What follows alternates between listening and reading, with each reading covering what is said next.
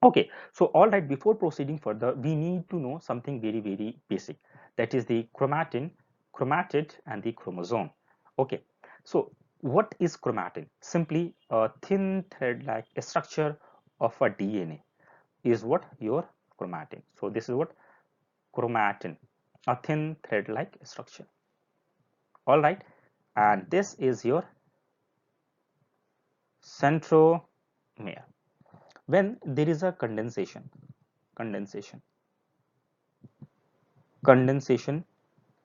compactness, then this chromatin is going to what form this. So this is what a chromosome.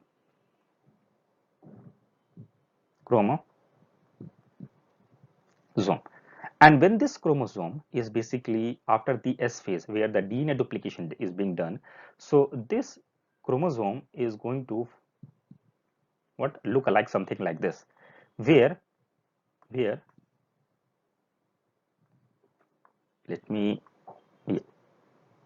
yeah, so this is the what the chromosome.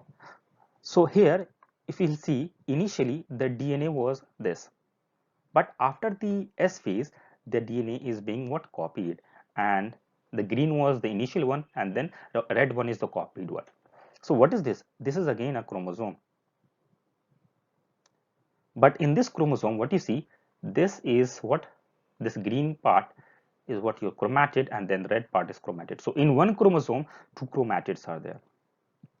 In one in this what you see, two chromatids are there, and at the center what you see, centromere.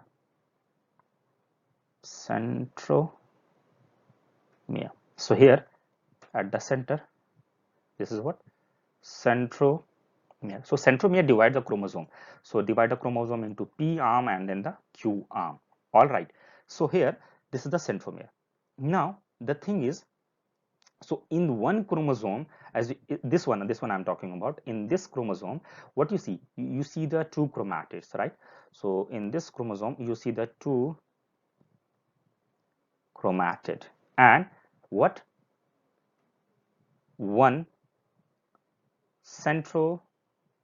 All right, so in this image what you see, this is at the center, you have the centromere divide the chromosome into what P and Q arm, and just left the kinetochore is there. So kinetochore is what complex of protein, and it provides the platform for the attachment of the spindle fiber. So spindle fibers is going to attach in these kinetochore, and it is going to separate out those chromatids.